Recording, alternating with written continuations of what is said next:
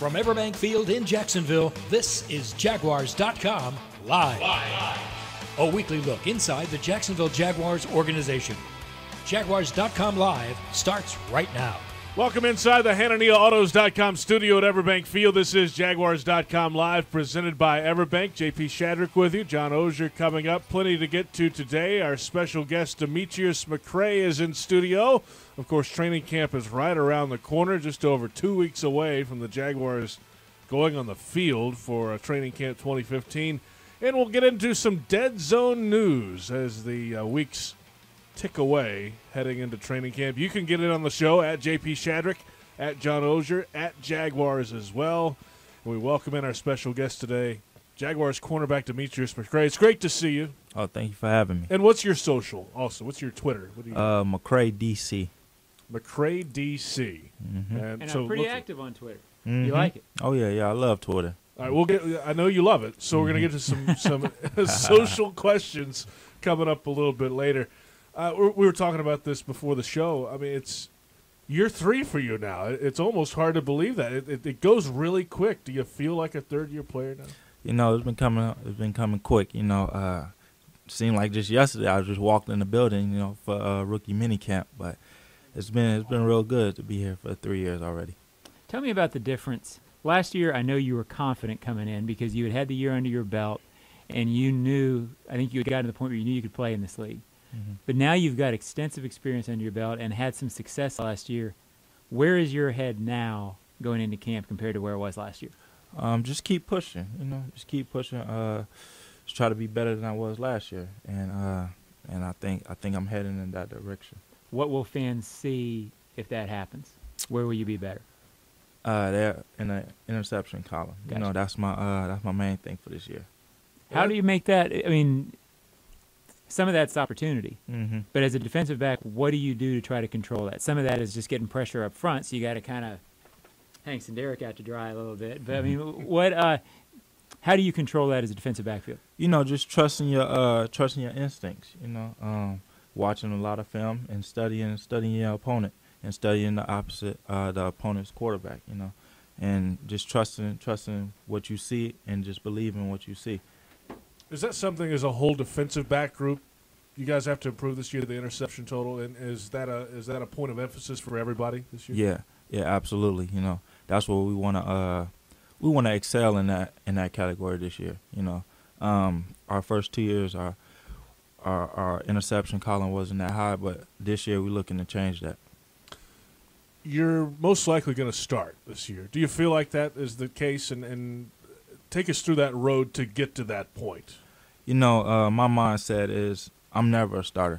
You know, Okay. I gotta work to start every day. You know, that's my mindset coming in. When I came in as a 7th round pick, and that's always gonna be my mindset. And that's going to stay with you. That stays with you every day, the 7th round thing. Every day. You ask some guys, even undrafted guys on the roster, and they don't really think about it anymore. Year 3, year 4, or whatever. It's just they're in the league now. But that 7th round thing motivates you, right? Yeah, that's gonna motivate me until the end of my career. You know. So you're not going to wear like 32 like Maurice Jones-Drew did. All 32 teams passed on me, so that was his jersey number. Not quite that deep, but there's something to that. I mean, and what about that drives you? Why? It's just that I knew I could play in this league, and I just know I wasn't supposed to be a 7th rounder, you know. But I was happy with my situation. You know, I'm happy where I landed. I'm happy that I'm 7th round pick. It just motivates me to work even harder, you know. Just to work even harder, you know. Now JP has given you the starting job. Mm-hmm. I sort of believe you'll start too. But the competition at this position, with Devon coming in, with Aaron Colvin, with Gratz, it might be the deepest competition, the most talented position on the roster in terms of your spot. How is that competition going? How do you guys get along, and what is that room like, I guess? We gel together real good. You know, we all get along. We know it's competition, but we always got each other's back. You know, we want to see each other succeed in everything that we do. So, and we're still a tight bunch. You know, and that's our group. You know. Give me one thing on Devon House that you've learned from him, that you've seen from him. I think fans of this team know Colvin and Gratz, maybe not so much about House. You know, he's a real smart player. He's gonna take his chances, and that's what something we need too. He's gonna take his chances, and he make good choices when he sees what he knows, and so that's just one of the things that I learned from him is just trusting what you see, and just when I see something, he always tells me to go for it. You know. Is that a conversation that happens in the film room off season? You guys are watching something, and you say, "Okay, right here is where I'd have gone for it." I mean, yeah. That goes along with the film room. You know, the more studying that we do together, the more that he'll give me some more pointers and stuff like that. How much is special teams part of your game? Special teams. How much is that part of your game? You know, I love special teams. You know, that's just another way for me to show my talents. You know, when I'm out there, I don't take anything for granted. You know, and that helped me a lot, just being out there in special teams too. Because that's a way a lot of guys get on the field for the first time. Can't crack the lineup another way. I was talking to Leroy Reynolds a few weeks ago about this, and he wants to be the best special teams player in the league, but he could contribute as a linebacker too. But the balance of the cornerback position and the special teams duties, how do you balance those two duties? You just have to clear your mind and know, oh, I'm a gunner this play, and just focus on the gunner and know your rules as a gunner. And then when you're out there on defense, you have to let the gunner stuff on the back of your mind, and then you got to focus on the corner stuff and focus on the game plan. So, you know. What are you doing right now? I mean, I know there's about 5 weeks between the end of the off season and training camp, and you're trying to stay ready because you got to be ready for the heat. How much are you doing right now? How do you pace yourself to be ready for camp? So I train 4 times a week. You know, Monday, Tuesday, Thursday, Friday. So does JP. Yeah. That's why I look like this. Yes. And I train in the heat. You know, I train in the Jacksonville heat. Well, I was in Miami for a couple weeks, but I'm back in Jacksonville right now training, so I can get used to the heat. You know, get used to the humidity, and that'll help me once camp roll around. Is that even possible, though? I mean, at some point in August, you're going to be out there. We're even struggling on the sidelines. Well, it's never possible, right. But it just helps you. It just helps you just to get your mind like, oh, I'm getting ready for this heat, you know. We were talking before the show again, and you spent some time as a youngster in Bahrain. You think the heat there would work out, too? No? I mean, that'd be tough because they're going to play the World Cup over there in a few years, right? Oh, yeah, that was some intense heat over there. You know, that was something I don't want to go back to, you know. A little different than Miami and Jacksonville. Hey, your favorite time. Let's go to social media questions now. These are from Instagram. Are you an Instagram guy, too? Oh, yeah. You are? Yeah. I love Instagram. All the above now. Okay, Twitter, Instagram. These are Instagram questions from Mayad Bill. How do you feel about starting and maybe getting that opportunity to start? I gave you the job. John does not ready to give you the job yet, apparently. It sounds like. I think he's going to start, babe. Okay.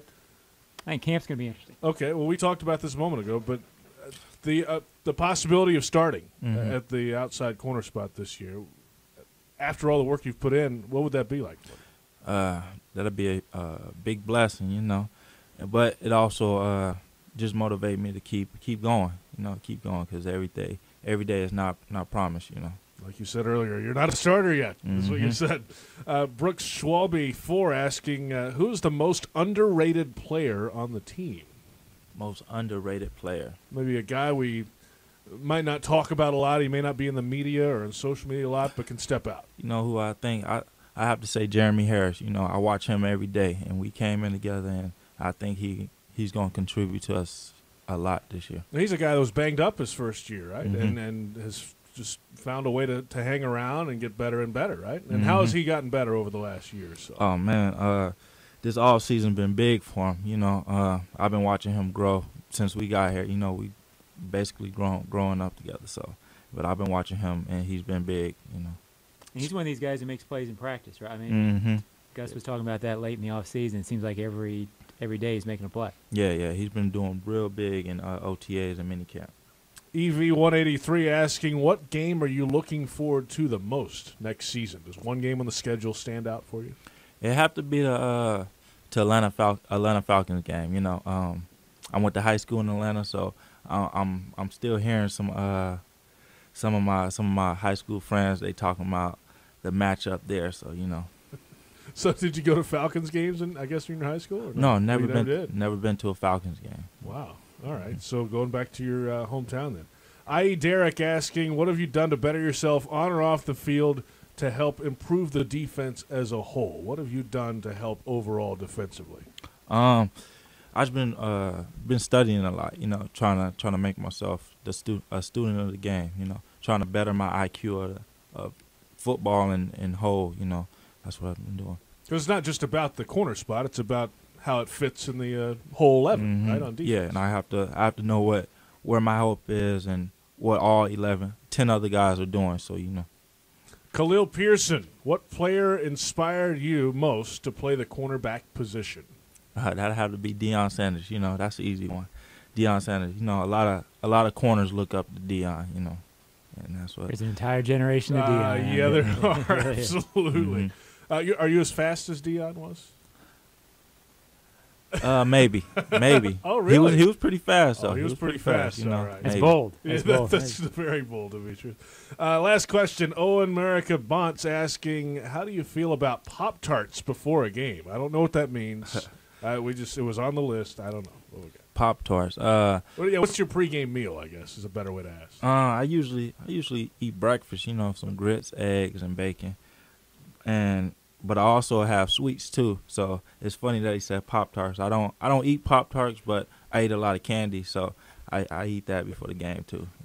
Is that on the program? I don't know. Candy on the program? Yeah, I'm not sure they're putting that upstairs. Yeah, I didn't see that on the training table. You would probably know. Oh, I know, but I mean, trust me. We appreciate you coming in today on a day off, and good luck to you the rest of the way. 2 weeks. Get ready. It's about to get hot. Oh, yeah. Appreciate it. Thank you for having me. Appreciate you being here. Demetrius McCray joining us on Jaguars.com Live, presented by Everbank. You can see him at training camp in a couple of weeks. The Jaguars will have 10 practices open to the public starting Friday, July 31st. That includes a Monday, August 3rd practice at Mandarin High School under the lights and the scrimmage at Everbank Saturday, August 5th. Fans must register for free tickets, Jaguars.com/training camp events, and do that right now because it is coming quick. JP Shadrick, John Oehser, our thanks to Demetrius McCray for joining us today on Jaguars.com Live. I tell you what, that is a tight room right now, that defensive back room. A lot of guys who have some experience now in that room. House, the free agent, coming in. Colvin is healthy and ready to roll after a strong finish last year. McCray, another guy. I mean, you got Grotz still around, who's been around. So it's a deep room all of a sudden. Well, Ann and I will get to some thoughts on some other things that Demetrius said. I've been as guilty of it as anybody. Every time I write about the cornerback position, I write about Grotz and Colvin and McCray and House. And Gus Bradley laid in OTAs, and Demetrius just now talked about Jeremy Harris as a guy.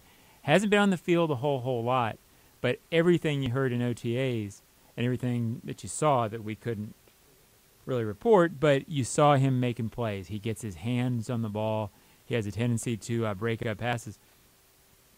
If he's coming along and making that year 3, all of a sudden I get it jump, it's already deep, and it's already maybe the most competitive young position on this team in terms of having a bunch of frontline guys with experience who could maybe make an impact.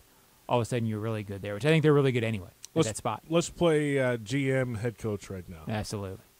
You're starting outside corners and nickel guy. I actually just answered this question in the Ozone. Teaser alert. I think at the start of the season, my guess is it's Demetrius McCray and Devon House. It sounded in OTAs like they're trying to figure out the best way to use Aaron Colvin. And it might be a situation where he plays some early down and distance situations on the outside, moves in the inside. He's too good right now and coming on too fast to not figure out a way to get him on the field. So I think that's going to be a very fascinating mix. And it's an exciting mix for this team because now for the first time in a while, you're talking about a group where guys are earning their way onto the field past other guys who are earning their way onto the field. Mm-hmm. It's not a matter of young guys where they draft a guy and say, you got to get this guy out there. And that's significant, and it's starting to happen at some other spots, but it really could be the case at corner. I don't want to put these guys in the Pro Bowl yet, but year 1, year 2, year 3 guys, Devon House a little older, you're hearing about young guys who may be continuing to ascend and sort of starting to battle each other out. That's sort of the carbon cut, or that's the master plan of Gus Bradley. That's near and dear to his competition philosophy. So you might be seeing that play out there this year. The corners are helped, of course, by strong play up front, a good pass rush, but strong play in the back end, too. Mm-hmm. The free safety position has kind of been up in the air here the last year or so, year or two. And that'll be a question moving forward of who's going to play center field out there. Yeah, and realistically, that's going to still be a question going into camp. It's very easy to write stories in the offseason when they sign players. Sergio Brown looks like the starter going in. James Sample, with his arm, is going to be out for a couple of weeks. And the storylines that I'm going to write are that Sergio Brown's the leader going in. He's there. But that's a position. We saw it last year with the center position with Mike Brewster. We all wrote that. Mm-hmm. And all of a sudden, very early on, you get out on the field and things start happening. Things change quick. Free safety could be a situation where that happens. Sergio Brown could nail it down. But they've got a couple of guys that they like, and they want to see what happens with that spot.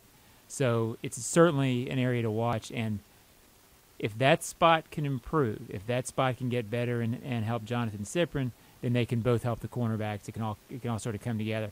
I think they'll get better. It'll be interesting to see how that position gets better. John, let's look around the National Football League. Some dead zone news as only a couple of weeks away from training camp opening here in Jacksonville. I guess the biggest news this week in the league is the Dez Bryant issue in Dallas, and actually, for that matter, Demetrius Thomas in Denver, too, both with the same issue. And I think it's got to come down at some point today if it's going to come down, right? Well, there's so much going on, and it's not something that we have inside information about here on Jaguars.com, obviously, because it's away from our market. But I'm always one to say, first of all, the deal where he's saying he's going to hold out or that he's not going to play. Dez you're talking about, yeah. I have a very tough time believing a guy loses money on the table early in the season because it's usually money you don't get back. But if he's bluffing, whatever, I'd be surprised if that gets done today because it sounds like they're very far apart, and it sounds like the Cowboys are going to call his bluff, if you will. The collusion story that's out there as well. Did Denver and Dallas talk about this contract? Who knows? Sounds like if they don't sign today, it'll be investigated going forward. That'll be very interesting because it's not something that we've seen a whole lot. I think it's very hard to prove, so I'd be surprised if very much comes to it. But I'm always surprised when a player of the level of Thomas, of Bryant, of Justin Houston is the other guy who's a franchise. Typically, when you're franchise guys, I think all three of those guys are clear franchise-type guys, teams try to re-sign those guys because they don't come along very often. Look at this franchise, for example. Would love trying to develop those level of players. No matter how many you got, they still come along rarely. So I think they all wind up signing with their team eventually. Just hard for a GM to let his guy go. And Dez can say whatever he wants on Twitter. He swear on his kids that he's not going to play and all this stuff. But I'm with you. It's $750,000 a week that he's going to leave on the table. That's hard to do. And the reality in the NFL, as fans and observers, we all sort of see a mass NFL. So we see a bunch of NFL players who all make a lot of money. For that particular player, there is always, by definition in this game, a short career span that always can get shorter because of injury. You never know. But to leave that kind of money on the table, there's not a back end when they're 40 years old to go make the money that they lost that week, no matter what they signed for. So that's sort of the theory why you very rarely see guys actually give up a game check because, I don't know about you, I wouldn't mind having $750,000. I got a kid going to college in a couple of weeks. So if Dez doesn't want it, he can call me. That's right. We'll split it. How's that? That's right. Well, okay, I'm not into the split thing. Another story that's kind of come out the last couple of days around the league is the idea of a developmental league for the National Football League. Bill Polian saying that there's a crying need for a developmental league. What do you make of that? Is there a crying need? I haven't thought about it a whole lot, but I have gotten a couple questions this offseason about it. There was a time where my quick answer was, that's what college football is. And I think for a long time that was true. But I also think lately, with the advent of spread offenses in college, you hear more and more coaches and then players as they age up and sort of look back on where they were when they came into the league. You hear more and more that it's tough to adapt from the way college football is played now to the way the NFL game is played now. So is there some sort of mechanism for that? Is there some sort of need for that? Maybe. At the same time, as soon as I say that, I don't know that would address some of the issues.